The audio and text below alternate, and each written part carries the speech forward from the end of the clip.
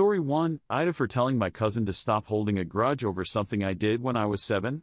I 17F have a cousin, Adrianne 30F, who's always been seen as the black sheep of our family. She's neurodivergent and has a more alternative style. Think bright hair, tattoos, and piercings. We were never close because of the age gap, but our families wanted to be close-knit. When Adrianne turned 20, her family decided to visit us and celebrate her birthday together. Here's the problem: I was 7 at the time and, well, I threw a tantrum. I wanted to go to a different restaurant than the one Adrianne had picked, and I made such a fuss that everyone ended up staying home.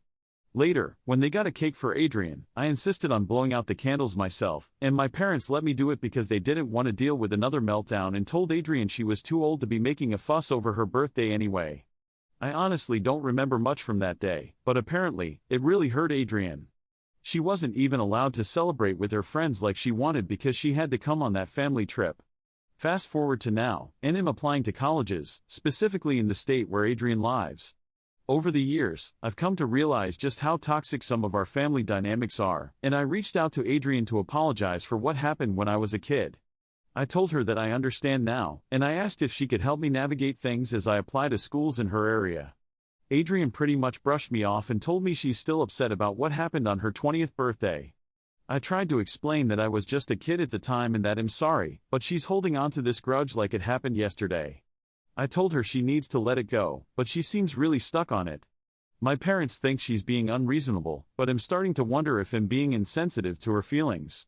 So, AITA for telling my cousin to stop holding on to a grudge over something I did when I was 7?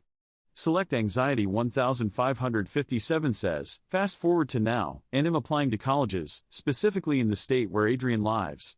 Over the years, I've come to realize just how toxic some of our family dynamics are, and I reached out to Adrianne to apologize for what happened when I was a kid. I told her that I understand now, and I asked if she could help me navigate things as I apply to schools in her area. Info: if you hadn't wanted her help, would you have contacted her just to apologize? If you'd come to realize over the years how bad it was, why not apologize sooner?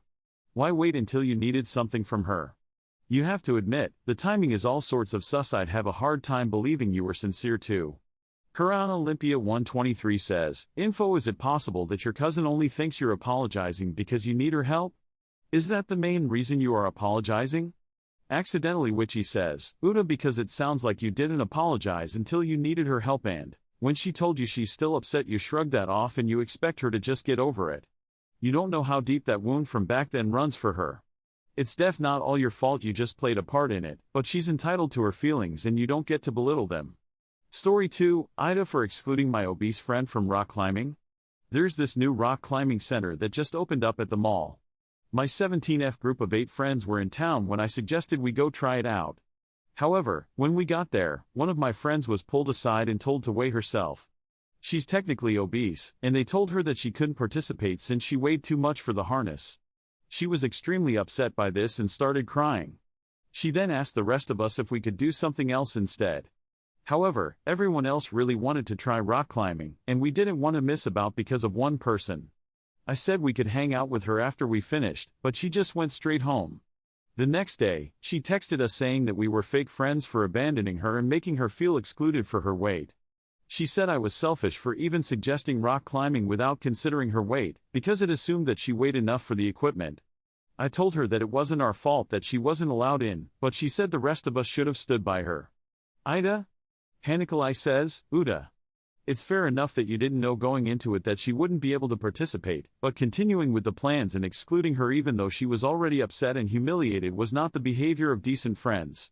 If you all still wanted to do the climbing, you easily could have rescheduled for another time, but you only valued your own wants and feelings and 100% disregarded hers. That's not the behavior of someone who cares about another person. Inither type of calcium MNT says, Uda, I think doing something that includes everyone present is what good friends would do for each other. She was understandably incredibly embarrassed and upset by the situation, and you gave no reason why you and the others had to go rock climbing that day. I mean, imagine you and a group of friends decided to go somewhere, and you found out your friend in a wheelchair couldn't participate because the building event wasn't wheelchair accessible. Would you also tell that friend, sorry, we're still going to go in? Or if you invited a group of people out to eat and you found out the restaurant had no vegetarian options for the vegetarian in the group, would you tell them, sorry, but we really want to try this restaurant? And ditch them? Ryan Talk says, I'm going with Uda. If I'm understanding your post, you guys were already out together when you decided to try it. You could have gone and done something else when you found out one friend would be excluded and gone rock climbing on a different day without her. It's not like this was a dedicated trip for the purpose of rock climbing.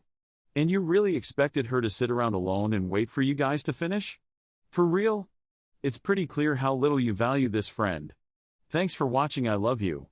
Follow Reddit Echoes for more.